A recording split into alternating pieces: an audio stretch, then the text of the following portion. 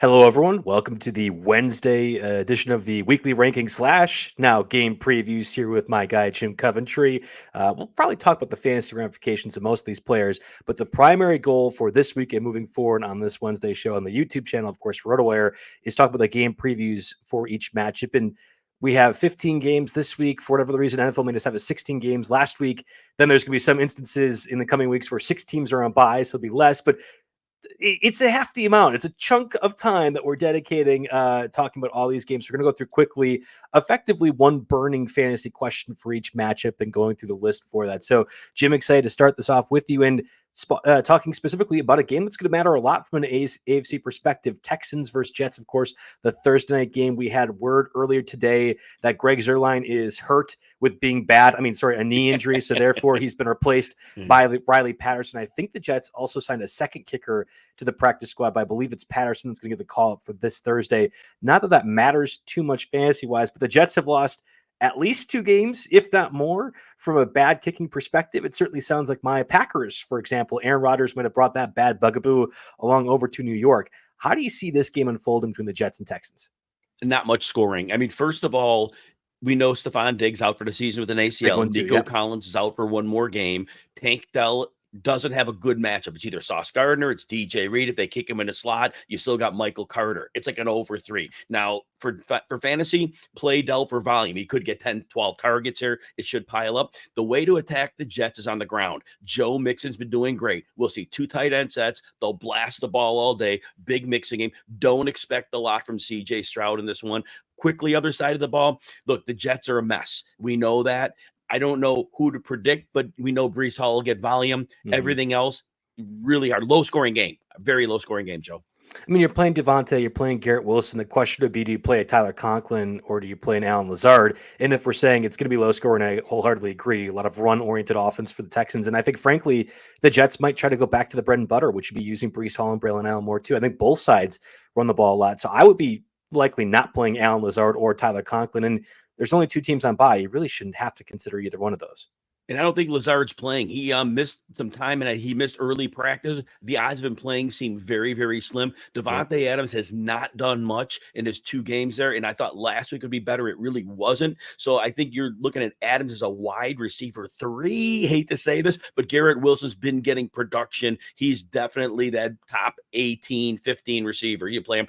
Conklin, like you said, it's a touchdown or bust. And that's what you're going for. That's what you got. Texans allow the 5th most fantasy points to opposing wide receivers from a fantasy perspective. Obviously, that was in large part due to all the injuries that they had the secondary early on this season. They're getting healthier. It's an early game. We expect early week game, I should say. We expect little offense at all. So, you're firing up your studs and just about nobody else in that instance, I feel like. Let's move over to the Cowboys and Falcons. Right now, Falcons fair by 2.5 over the Cowboys. I thought that was going to be not a get-right game against the Niners last week, but let's prove where we're at in the NFC. We still matter. Well, they did it for about 18 minutes, maybe 22 minutes of that game, and then the Niners ran away with things despite all the injuries they have. There's a mess in Dallas, and there's been a mess all season long. 0 rushing attack. You have Dalvin Cook as the savior. That's never going to work here in the year 2024. Rico Dowdle is sick but signing autographs. I don't know what to do with the Dallas side of things other than CeeDee Lamb. I had liked Jalen Tolbert a lot. I think Jake Ferguson from a volume perspective matters, but the tight end position looks better. Maybe it's just because it was National Tight End Day last week. I'm not positive, but how do you see this Dallas offense looking against the Falcons? Well, last week in the second half against the Niners, they went back to the model using the whole second half last season. Move CeeDee Lamb around, get him the ball all day, all night.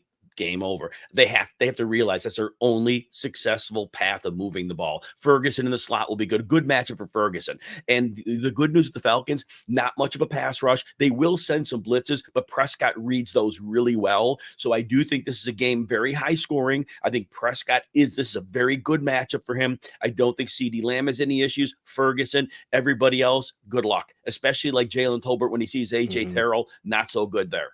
Yeah, and again, with Lamb being moved around, it's not like you can just have Terrell on him the whole time. The Falcons secondary is good. They have names, right? You have Jesse Bates in particular, but that's not how defenses operate, that you're just going to single-handedly move a play around the entire time, no matter what you think A.J. Terrell is as a cornerback. That's not what's going to happen for that defense. Flip it over from the Falcons offense perspective. Obviously, Bijan and Tyler Algier have been splitting time.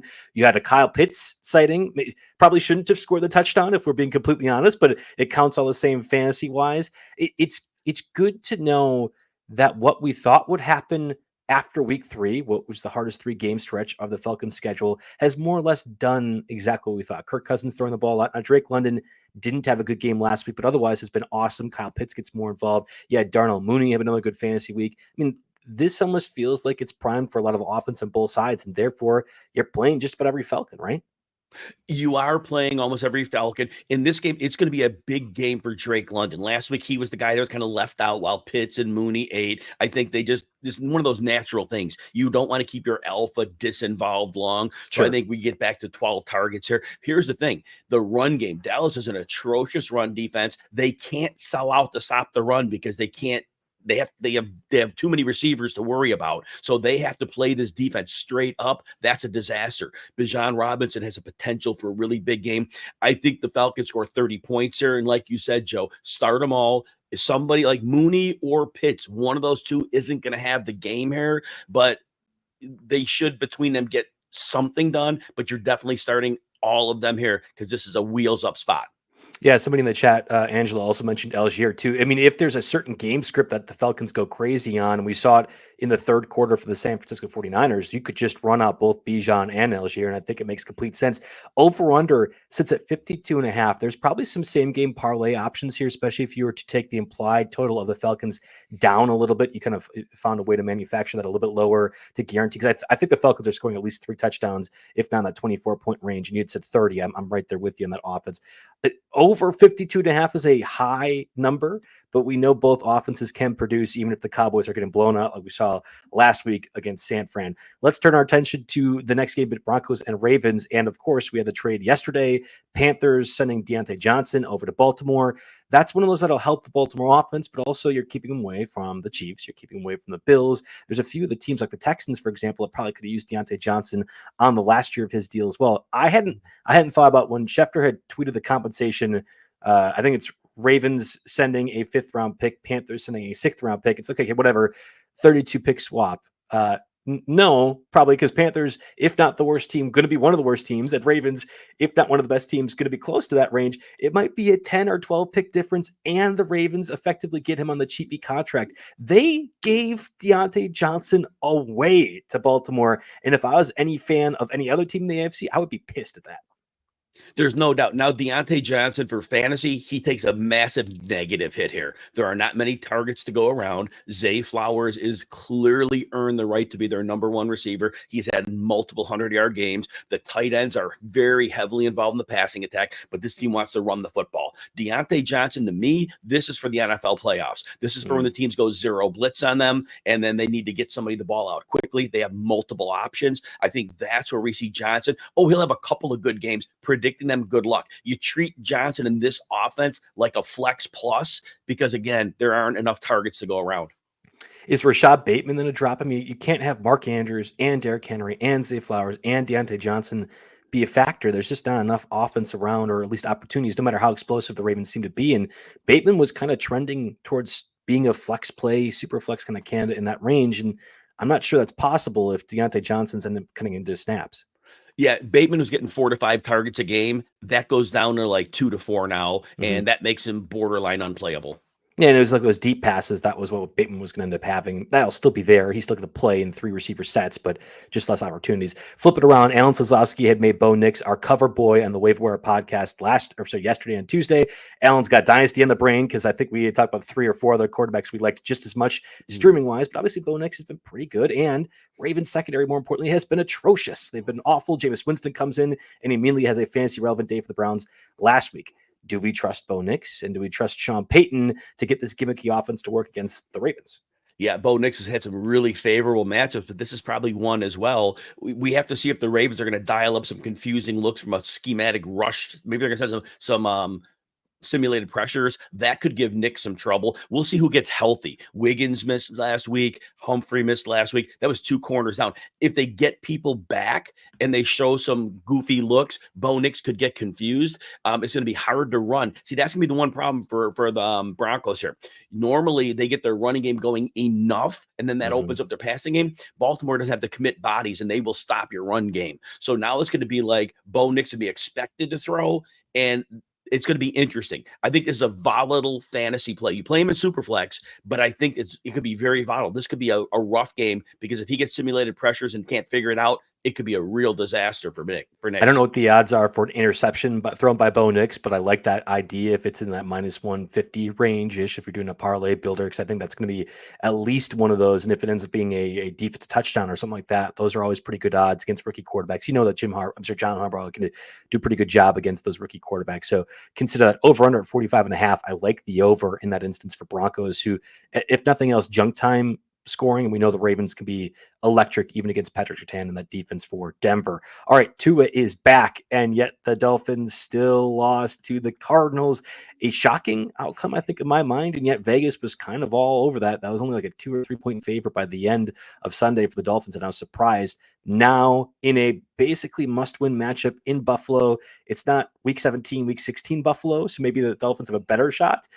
But let's just say I don't feel great about it. I mean, the Dolphins sitting at 2-5. If they lose this one in the division where they're at right now, and the Bills run away at 7-2, we're effectively done. So, what does Tua and company look like offensively for Miami this week?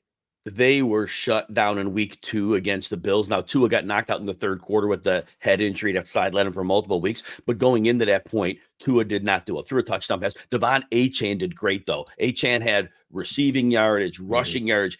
And he's actually, when Tua's there, he is like the guy who's producing. He did well against Buffalo. Expect another big game. They just are not getting Hill and Waddle integrated enough. That week 2 game against Buffalo, not great for them there. Last week, not great again. So again, they took their foot off the gas in the second half, and then they lost the game. Tyreek Hill had 69 of his 72 yards at halftime, and I don't know what they were thinking in the second half. My guess is like Buffalo has good answers for him because they know this offense so well. So just have tempered expectations. Other than Achane, nobody's probably going off for Miami.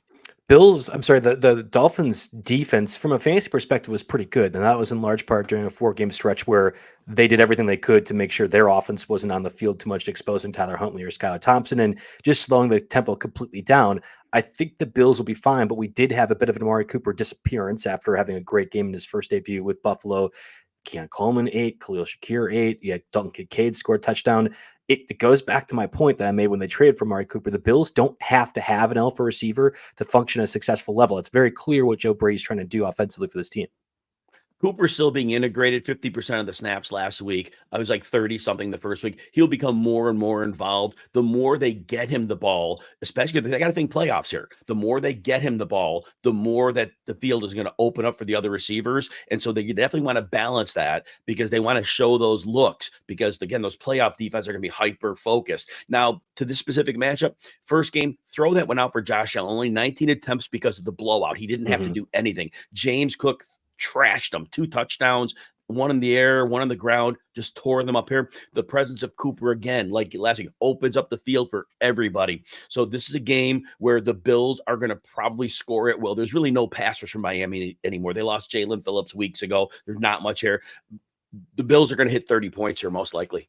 Yeah, that's good. Bills favored by 6 right now. And if you're looking at the results from a couple of weeks ago when they first played, I think that's totally fine. The way the Bills defense has seemingly figured out Mike McDaniel. Reminder to folks who see him in the chat, Jim does a start-sit segment on Sunday directly after the XM show that he does with Alan.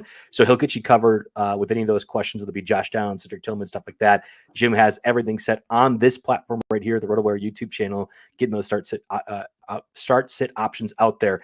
One of the very few games I would imagine there aren't many start-sit questions about is the Saints and Panthers. Thank you, NFL, for not making that a late afternoon game for some reason like they did last week with the Broncos-Panthers, which was as gross as you wouldn't expect.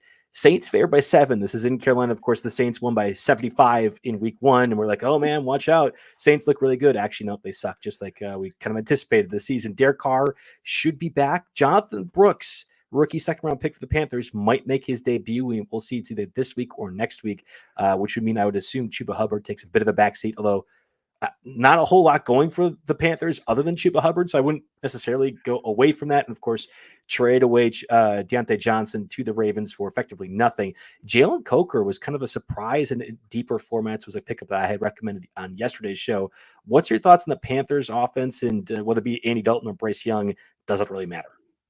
Well, it does matter because Bryce Young is as bad as quarterbacks get. Andy Dalton is functional. Coker, for those that just box score hunted, he got his in garbage time. The game was over. The defense on the other side checked out already. He got a late touchdown, got a bunch of yardage there. But when the game was competitive, again, this passing attack is not going to do much.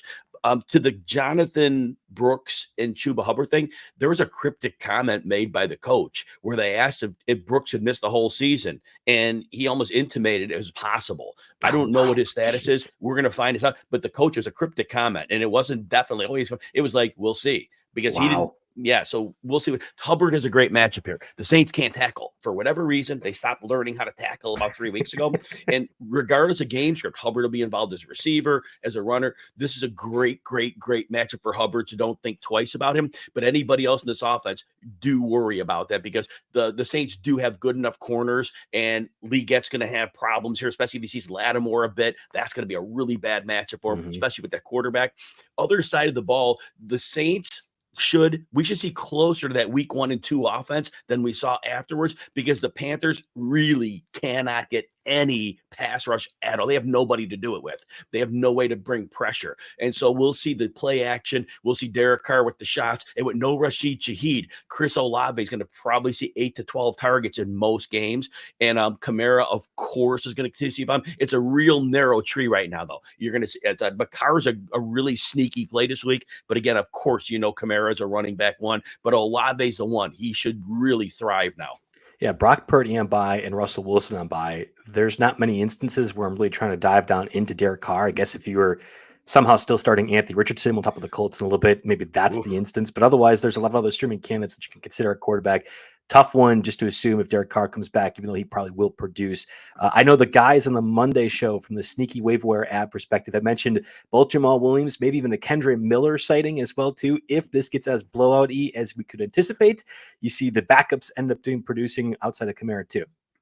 Miller did some with his hamstring last week and left the game. So we'll see what that is. But if he missed a lot of time in the preseason and the beginning of the season with a hamstring, I don't know if this is a re-aggravation. Keep your eye on that. My man, that's just a bad spot to be, especially for a third-round pick and the way the Saints have been. You'd think they would want to get more of those guys involved, especially Kendre Miller in this lost season. Well, if he's not able to stay healthy, that's a different conversation altogether. Speaking of lost seasons, we have the Raiders traveling to Cincinnati to face the Bengals. I mean, I thought the Bengals were going to be competitive against the Eagles, and they got blown out in that game. Now sitting at 3-5, and if they lose another one, unlikely against the Raiders, but possible, you're saying that this team is effectively out of the playoffs, man. It's going to be you can only really lose one, maybe 2 games for Cincinnati right now with the way the rest of the AFC is shaping up. So I would assume, again, Bengals favored by 7.5. You'd take the Bengals in that instance, but they've been kind of up and down for most of the season. The Bengals, we were surprised, but we need to understand, and we'll talk about this team later, but Philadelphia's defense has gotten exponentially better, especially out of their bye. So Vic Fangio is clicking. So when Cincinnati struggled, it really was that defense is becoming a good defense. So the Raiders are not that. Even though they have Max Crosby, they don't get a consistent rush. You can just kind of scale away from him. The coverage is not good. This is a game where the Bengals are going to get right, and the Raiders are going to play in the shell, but you're going to get a lot of underneath the chase with yardage after the catch. Chase Brown will be a bigger factor here because when he gets those areas to roam, he's been very successful with that, and he's getting most of the touches in the backfield right now. And this is a good Joe Burrow game. Joe Burrow probably gets you 2 or 3 touchdowns here. I do think the Bengals come out with hitting about around 30 points. It'll be a big game for them. Okay, yeah, and from the Raiders side of things, Jacoby Myers came back after missing a couple of weeks with injury. You had Trey Tucker operating as the number 1 outside of Brock Bowers. I think Myers is the only fantasy relevant receiver on this team. Is that a fair statement right now? It is a fair statement, but if the Bengals score the points I think they're going to score, and again, kind of similar to the Raiders, Trey Hendrickson hasn't been a game wrecker this year, and they don't get much help from Sam Hubbard and the other guys. So the Raiders, if they're trailing, and I know it's Gardner Minshew, Trey Tucker's a sneaky play because they're going to have to unload the ball, and I think they'll have time to do that. And the Cincinnati corners are no great shakes here. So I do think a sneaky play in a deeper league, Trey Tucker could get going. He is a full-time player, but he needs to get downfield this week, maybe the week where that happens. So I think in shootout mode, you could be sneaking. Of course, Brock Bowers is, the top 3 tight end every week. You're right about Jacoby Myers. Right now, in a PPR league, he's probably a top 33-ish option, and you're starting him. A reminder to folks that we're obviously doing the show on Wednesday. There's going to be a lot more injury news and information if you want to keep up to date on that. We have the link right below, rotowire.com, rotowire.com/try. Gets you that 48-hour access to the site. No credit card needed. You can look at all that stuff. You can look at my gambling article we posted later today. Jim's got content, whether it be on the RotoWire YouTube channel, on the site itself, on Twitter. You can find Jim at Jim Coventry NFL, but also anywhere on the site too. He's loaded up with that stuff. So rotowire.com/try. 48-hour access to the site. The Browns actually tried last week now that they had a competent quarterback in Jameis Winston, of course, now against the Chargers. This is in Cleveland, and yet the Chargers are fair by 2. We've seen the books overcommit to Jim Harbaugh, I feel like, all year long, and I kind of wonder if this is the Browns going to just outright win this game against the Chargers. Yes, this is a Browns blowout. This is a Cleveland blowout. This is my bet. I mean, I'm going to love it. Show. Yeah, I am going to be on the betting show. This is the game of the week. Of course, those always lose like 40% of the time, but I love it. Yeah, this is a great bet. So look, Cleveland, the Chargers, like you said, you are spot on. The books are buying way too heavy into Jim Harbaugh. This team's getting exposed. We saw James Conner run down their throats a couple weeks ago. Well, guess what? Nick Chubb saw 62% of the snaps, 16 carries. Most of his line is healthy. We're thinking Jameis Winston, the passing attack. Not so fast. This is the Nick Chubb game. Nick Chubb gets going here, and then play action, which Kevin Stefanski loves. Off of that, some deep shots to Tillman, some underneath stuff to the short guys. They are going to move the ball very successfully against this Chargers defense. I don't see any issues here. Other side of the ball, look, the running game for Dobbins become less efficient by the week. For fantasy, he's still okay. He's getting enough volume, getting some goal line looks, but the passing game with the 3 corners that Cleveland has, McConkey's been doing well, but this is a really, really bad matchup for that group of wide receivers. I think the Chargers struggle to move the ball. I think the Browns have no issue moving the ball. Honestly, I see this one going 26-16 Browns. Interesting. Yeah. I mean, they're asking Herbert to be perfect. And the good news is Herbert is perfect most times. He is one of the best quarterbacks in the NFL, but there is no margin for error when you have Vlad McConkey as your major guy. Now, maybe DJ Chark comes back. He's been an injured reserve now for the Chargers all season. That adds a deep threat element, but Chark has been often injured, just like Kendre Miller, who we were talking about earlier with the Saints. So what does that really matter? And if you are reliant on DJ Chark in the year 2024, you have other issues offensively, which we'll have to see with the Chargers. Again, I, like you, am all on the Browns this week. And the only question I wanted to ask is Cedric Tillman this kind of guy? I mean, he's going to be the top waiver wire pickup for a second consecutive week. Of course, was fantastic in a good matchup against the Ravens secondary. This matchup isn't quite the same way, but if the play action is hitting, I think Tillman's probably one of those guys that Winston can look at for a big play. Yeah, I like Cedric Tillman coming out of college, 3rd-round pick by the Browns. I really thought he had a good ability to be a big target downfield, and we've seen already that's going on here. And that's the premise of the offense. Stefanski wants to use play action, and he wants to take some shots. Winston can do that. Tillman can get separation. Very good at the catch point. I don't see Asante Samuel is on the injured reserve still. Best corner for the Chargers. I don't see any resistance here. You're not going to get 99 yards and 2 touchdowns every week from Tillman, but there's no reason you can't expect 60 or so with a decent chance to score a touchdown. One of those players that you want to keep an update from an injury perspective is Tyrone Tracy, who had really, I think, that the coming out party, if not had already happened earlier, certainly did Monday night against that Steelers defense of all places. Suffers the concussion late in that game, was electric otherwise. We'll have to see his status coming up against this Commanders team, who the Giants probably should have beat if they had a healthy kicker earlier this season. But now you have Jaden Daniels, who moved past the rib injury, of course, able to beat Tyreek Stevenson on the Hail Mary for the Bears. Thank you, Bears, for always being the Bears. As a Packer fan, I will love you to the death.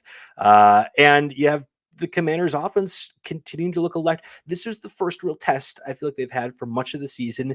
And produced, it was Terry McLaurin still getting involved, but I mean, the Bears defense is one of the best in the league. So that they didn't have eye-popping numbers scoring-wise isn't all that surprising. Does that get corrected against the Giants defense, who has been improving as well over the weeks?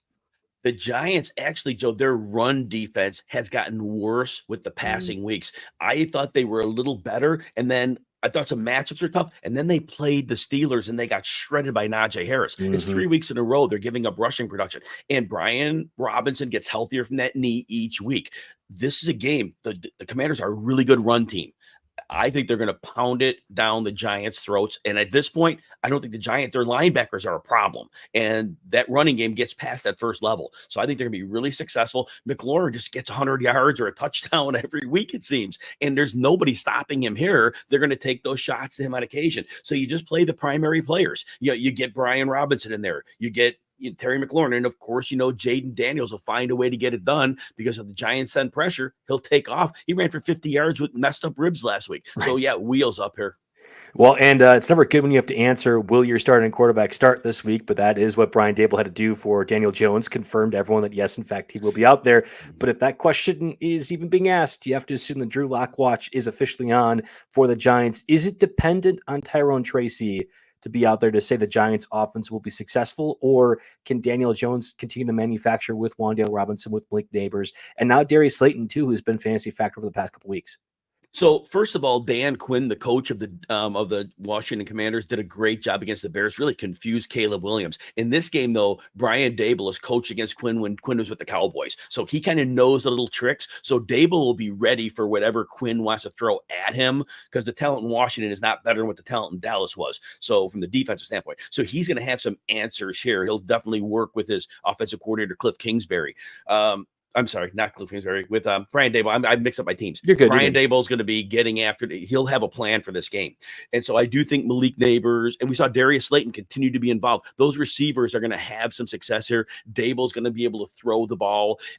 You would like to have Tyrone Tracy because you can run on Washington, and that would be nice to have that run pass balance. But Singletary could do enough if he plays to keep him honest. And I think that's the whole point. If you can play balanced against the Commanders defense can be had. And again, Daboll understands the coaching from Dan Quinn. So that's going to be a big factor here. Over under at 43.5. If you could tease that number down with a few other things, we've talked about them already. We're going to go through every single game from a preview perspective.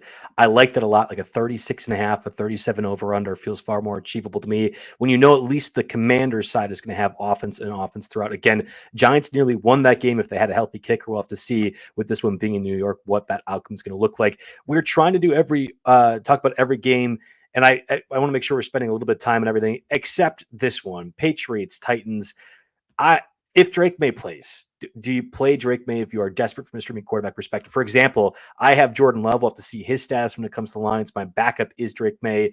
I think I would feel comfortable if Drake May comes out of concussion protocol, but if you're the Patriots, why even risk it? This is your franchise future and the only good thing happening for you this season. So what's the outcome for Drake May's status this week, you think? It's a concussion. If he's cleared, he plays. If he's not, he doesn't. I don't think they're worried. If it's a different injury, they might hold him back, but it's very simple. It's clearance, you play. So I expect that's going to be the way to go here. Now, the Titans have some numbers that make them look like a good defense. They're not. They've had a very soft schedule. They have taken good advantage of that. This is not a good run defense. They don't get much pressure. L'Jarius Sneed missed last week. Not sure his status. But again, Demario Douglas plays in the slot. So I think in this game, there's not going to be high volume, probably lower scoring. But I do think Ramondre Stevenson has a really good opportunity behind his bad line. I do think that Hunter Henry continues to go. He's done really well with Drake May. And there's a chance Demario Douglas gets you 5 catches. But I wouldn't count on much else. And I don't think May is going to have to generate a lot of offense. So I have him lower than usual because I don't think he has to play in catch-up mode.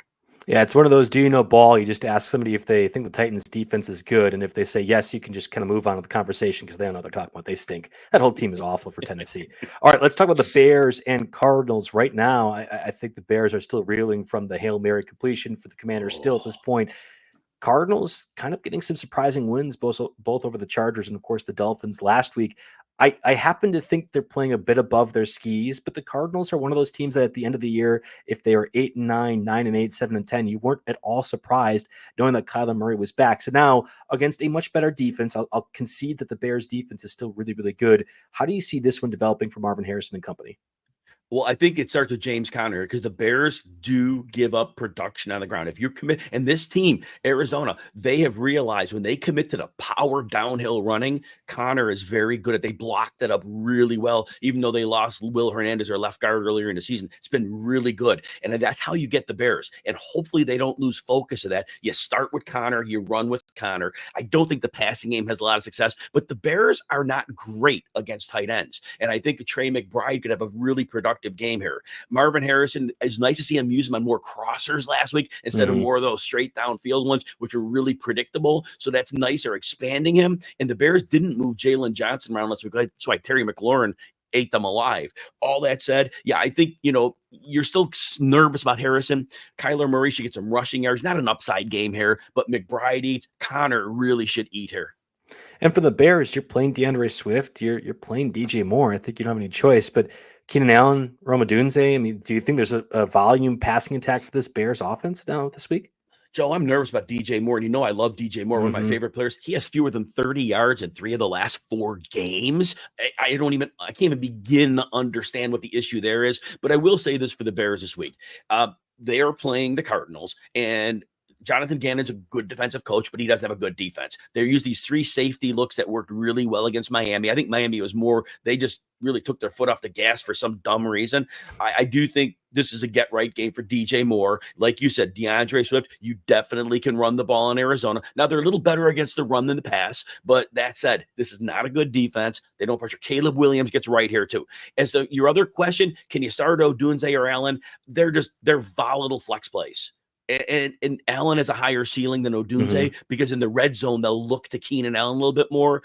Cole Kmet's going to be real hit or miss because if the more other receivers get integrated, his targets haven't been high. His scoring's been great for fantasy in some weeks. We got to be careful with that. But like you said, Swift, Caleb Williams is a borderline top 12 starter. And again, take one more shot on DJ Moore. But if he doesn't do it here, he's really in trouble for fantasy. Yeah, the Bears will look to Keenan Allen in the red zone. Theoretically, won't look to the backup offensive lineman in the red zone this week, but you never know with the Chicago Bears what they will choose to do. Let's go over to the Eagles and Jaguars. Obviously, this one in Philadelphia, Eagles favored by 7.5 points. We had comments from Doug Peterson, head coach of Jacksonville, suggesting earlier today Travis Etienne would play, that he's expecting to play this week. He's missed the past 2 weeks. Tank Bigsby's been far more involved. I don't know. I'm still shocked. I think this might be a showcase game for ETN. I wouldn't be surprised if he gets traded before the trade deadline. If Jacksonville loses once again, they're effectively out of the AFC race for a playoff spot as is. It's a lost season, and Tank Bigsby has looked good. ETN has not. What do you expect from the Jacksonville offense now? It also has Christian Kirk done for the season. Oh my gosh. And Brian Thomas left last game with an injury. Gabe Davis left with an injury. And we're recording this on Wednesday. So if you're watching, if you're watching this on a replay, we already have more clarity on this, but I don't even know which the receivers are going to be healthier. I mentioned earlier in the show, Vic Fangio has the Eagles playing much, much better. Cooper DeJean looked really, really good at corner last week. Their run defense has been very good. They've been getting more pressure. This is a terrible matchup for the Jaguars on the road. They're a dysfunctional offense. They just traded away their left tackle, Cam Robinson. Yeah. And look, the Jaguars might struggle to score 13 points here. I think it's entirely possible. I think the Eagles can blow away. And this is, again, we talked about teasers earlier with trying to get the over-under down for the Commanders. Giants at 7.5, you're saying the Eagles have to just win by 1 point if you tease it down from a 7-point thing. Not that I'm giving you advice for a gambling show, Jim. You and Nick and the crew do a great job, but I'll just maybe consider it because I'll be shocked if Jacksonville ends up pulling away with any sort of victory or momentum from this game. All right, let's talk Lions and Packers again. We're doing this show Wednesday. The unfortunate issue is I don't think we're going to know up until Sunday late afternoon if Jordan Love is going to play. It probably behooves the Packers to gamesmanship this one a little bit, and that you have to be aware of both Malik Willis and Jordan Love from a starting quarterback perspective. I can do this conversation as a Packer fan. I wouldn't mind Jordan Love sitting this week. If he were to not practice at all starting Tuesday up until week 11, that's talking about now 20-plus days of complete rest for the knee, groin, and whatever else that might be bothering Jordan Love. Again, the Packers on a bye the following week. This is in Lambeau. The Lions have beat the Packers in Lambeau the past 2 years. The Packers have beat the Lions in Ford Field the past 2 years. It's not that you're conceding the division if you're to say they outright lose. However, the number 1 seed might come out of the NFC North, whether it be the Vikings, Lions, or Packers, and this game matters a lot. So Do you have any read? Do you have any idea what the Packers will do with Jordan Love? Because I think that answers a lot of questions if we do know. Yeah, I already read on Wednesday morning that Jordan Love is going to do anything he can to play. He's going to try to get on the field. Of course and he is. Like you said, these divisional games are massive. It's earlier in the season, but you said it. Winning the division, tiebreakers, all these things. This is a massive, massive game. The Packers need to get whoever they can out there to compete, because the one thing the Lions defense does great is they play the run extremely well. So now you really want to beat them through there. They play a lot of press man. Their corners are not like off the charts great. And with the scheming that Matt LaFleur uses, getting guys into space, this could be a game where they really thrive through the air. But I don't know if this is the game that Malik Willis gets that done. Now, the pressure is far less of a problem with Aiden Hutchinson gone, but still, Jordan Love really would have an opportunity for a big game and a potential shootout. Yeah, and we know that Jared Goff and Ben Johnson and company have been rolling as well, too, but they haven't really faced a competent defense like what we could see. Now, Jeff Hafley got exposed a little bit by Jacksonville last week. That's in part because they're so committed to passing the ball and have a lot of good weapons. And Trevor Lawrence had a really good game, but it's certainly possible from the Lions side that they're going to be producing just like they have. Now, Jameson Williams still out suspension-wise due to the whatever it was, and now has a legal issue on top of it too. So that's one part of the, but Khalif Raymond's a perfect one-for-one replacement for the way that they use Jameson Williams, and they have guys that are able to effectively, I mean, it's going to come down to David Montgomery and Jahmyr Gibbs running the ball, and that's arguably the biggest weak spot of the Packers defense is stopping the run. Jared Goff hasn't thrown more than 25 passes in the last 4 games. I believe he threw 15 or 18 passes last week. I'll take the over this week, I think. You're probably right, but how do you attack the Packers? You run the ball on them. And that offensive line of the Lions, this is a get downhill and attack. And you got Gibbs, like you got Monty. And this is this offensive identity right now. And I said in the preseason, if the Lions defense is even somewhat better than last year, which they definitely are, they may not pass a lot. And they are not passing a lot. Their identity is play defense, run the ball. And as long as the other team can't stop that, and who stops it? Who stops this duo of running backs? Hardly anybody, right? I think it's more the same. They're going to control this game on the ground. The Packers are really going to have to keep up through the air, but that's going to be the identity. They'll throw when they have to. St. Brown had 2 targets last week. Laporta had a season-high 6. That was it. Nobody had targets. Yeah, I mean, they had won by the first quarter of effectively the way the Lions are going. I don't think that will be the outcome, but you think about 2 years ago on that Thursday Night Football game where the Lions really announced themselves in the Dan Campbell era, they beat the Packers in the first half. I mean, it's entirely possible, and Ben Johnson would love to see him get a head coaching job now. So as a Packer fan, I don't have to deal about him. He has been fantastic for this Lions coaching staff and that offense the way it's going. Again, reminder to folks, I see a few people in the questions. Jim Coventry, he's going to be taking all that start-sit stuff come Sunday morning. You'll have more information at that point with all these injuries as doing this Wednesday from a pickup perspective. We also talked with the Waiver Wire show yesterday. Jake Clarsing, that's on the RotoWire YouTube channel. It'd be great if you could like and subscribe this video or like and subscribe the channel. But if not, go back to yesterday. We can watch more of those start-sit and Waiver Wire questions that we all tackle on the RotoWire YouTube channel, which has tons of different football coverage along with every other sport now. It feels like going, I think it's the sport equinox was yesterday or Monday with all 4 going on. So, all right, let's talk about Rams and Seahawks. Now a game that matters quite a bit. Of course, the Seahawks have been up and down this season. You have Cooper Kupp and Puka Nacua back. Rams, I thought, surprisingly handled the Vikings, and still to this day, we're trying to figure out if there was a face mask call. Of course there was, but oh, boo-hoo, Minnesota losing that game last Thursday. All right, so Rams, offensively, I would assume they're going to look just as good because you have your studs back, and Seahawks defense looked miserable against the Bills last week. Yeah, the Seahawks are not a good defense right now. You know what? And they have big corners, right? You got Trey Brown, you got Tariq Woolen. And you know what? That doesn't fly against Cooper Kupp and Puka Nacua because they're in motion. They're in tight splits. The outside receivers mean nothing in this. They're all moved around. And so they don't have the personnel to hang with them. This Rams offense is lethal when they have their players, and they have them right now. And Kyren Williams, the Seahawks are bad against the run.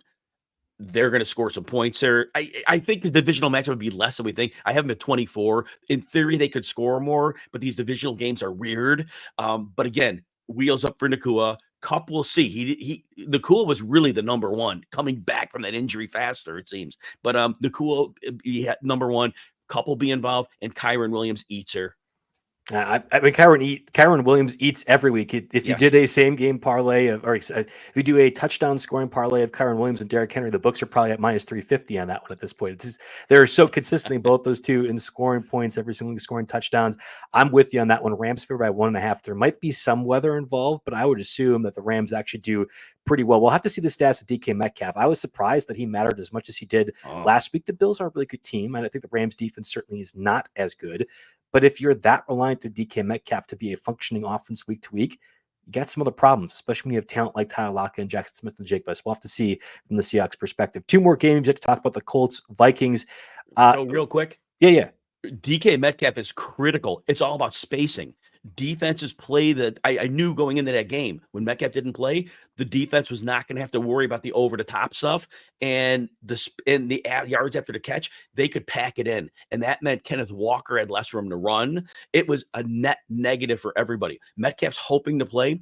It's a completely different game when he plays because he is the straw that stirs the drink because of the spacing he creates. Yeah, I absolutely. Again, I mean, like, you could do that with other players. You think about the Chiefs with the Marquez Valdez-Scantlings of the world operating the same way. Just throw some fast guy out there to be able to space it out. Whatever the reason, it's too reliant on DK Metcalf to do everything. And I'm right there with you on that. It's the fear factor for defenses. Defenses don't fear Marquez Valdez-Scantling because they know 60% of the time he'll drop the ball. They'll take their chances. DK Metcalf can get you on a slant. DK Metcalf is a game changer. And so defenses view you very differently. Well, look, the Bills had Matt Collins. Can Matt Collins go deep? Yes, he can, but nobody feared him. Until Cooper came in, teams didn't play them differently. Having a high-level receiver that can get to the second and third level, that does make a huge difference. Yeah. All right. So let's go Colts and Vikings again. Vikings at favored by 5 points in this one. You have Joe Flacco announced as your starting quarterback for the foreseeable future. It sounds like they're not giving up on Anthony Richardson, but Flacco is out there not just for this week. It is kind of a must-win scenario for the 4-4 Colts. Again, Vikings now having lost 2 straight. You would assume that the Vikings are the better team, but now that Flacco is in there, I don't think it's a safe assumption that they're going to just win outright this week.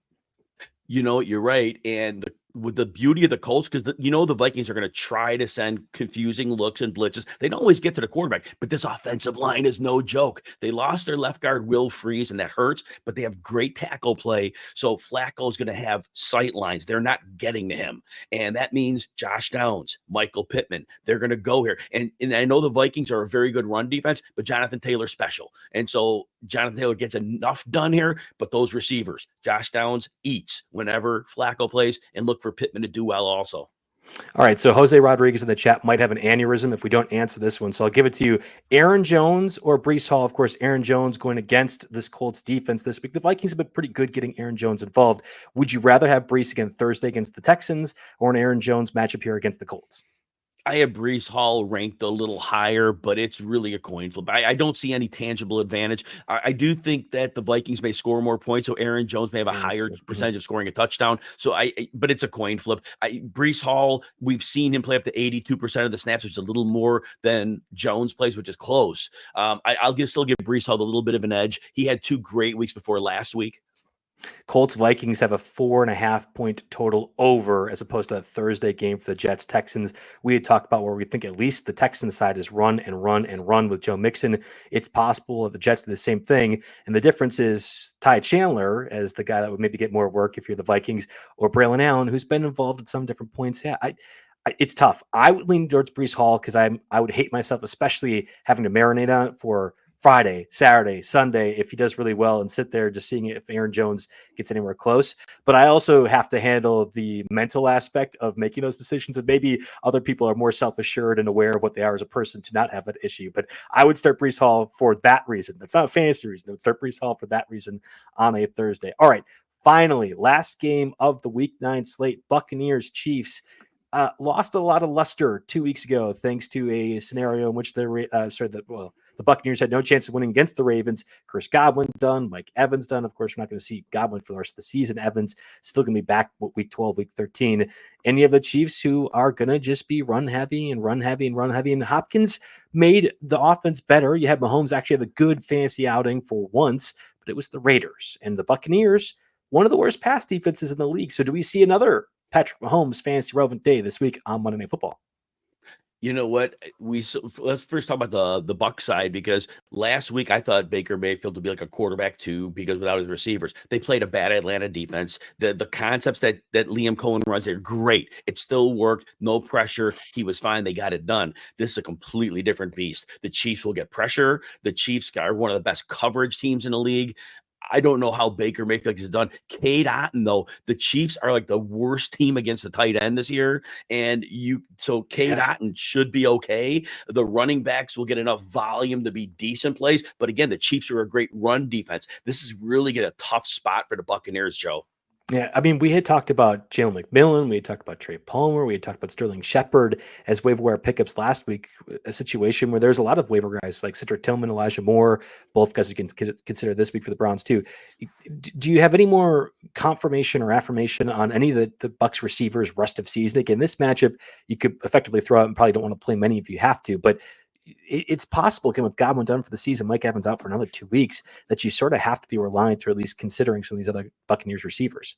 I think one of those weeks is Mike Evans' bye week. So I think after this, he misses one more game. So I think it'll kind of work itself out. I do think Sterling Shepard left a little bit with an injury. Surprise. But I do think when Evans is back, though, he is the slot guy. He's their best option in the slot. And I think when teams have to focus on Mike Evans, I still think Sterling Shepard, when healthy, is their best option. When Jalen McMillan's on the outside, I just don't think he's ready to deal with higher end coverage at teams, especially when Evans is out. I don't think he's ready to deal with that yet. Yeah, Chiefs, the last undefeated team, favored by 9, of course, is in Kansas City. There could be weather involved too, and that's where I get a little bit skeptical on the 45.5 over/under. Again, Buccaneers defense really bad. Chiefs know what their identity is, and also have a great play caller in Andy Reid, the best quarterback in the NFL, and Patrick Mahomes. That's typically good enough to score 20 to 21 points. But if your opposition isn't really threatening you, and the Chiefs defense is really good, that's where I get a little bit concerned. So do you have Chiefs winning pretty comfortably? Or do you think the Buccaneers could cover? Yeah, I have the Chiefs 26-16. They'll maul them on the ground. And then the Bucs are a good run defense. And it's going to be a matter of the Chiefs getting these 4-yard carries, these 5-yard carries, no explosive plays. They haven't been getting them, but they'll just grind them there. With DeAndre Hopkins a little more involved there. No Jamel Dean.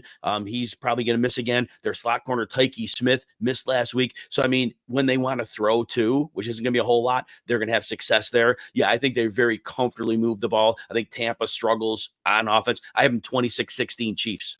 All right, there you go. All right, that does it for us in this edition of the Wednesday weekly ranking / now game previews. Doing more of that throughout the coming weeks. Of course, we'll be trying to answer more of your questions in our other RotoWire YouTube platforms and channels that we're doing that. Jim does the start sit stuff every Sunday, at least 15 hours, it feels like, answering it. And also, more importantly, giving you the why as opposed to just the decision. That's the selling point, other than Jim's beautiful face, to come see him Sunday morning for those start sits after. Again, thanks everyone for listening, and we'll be back in next week.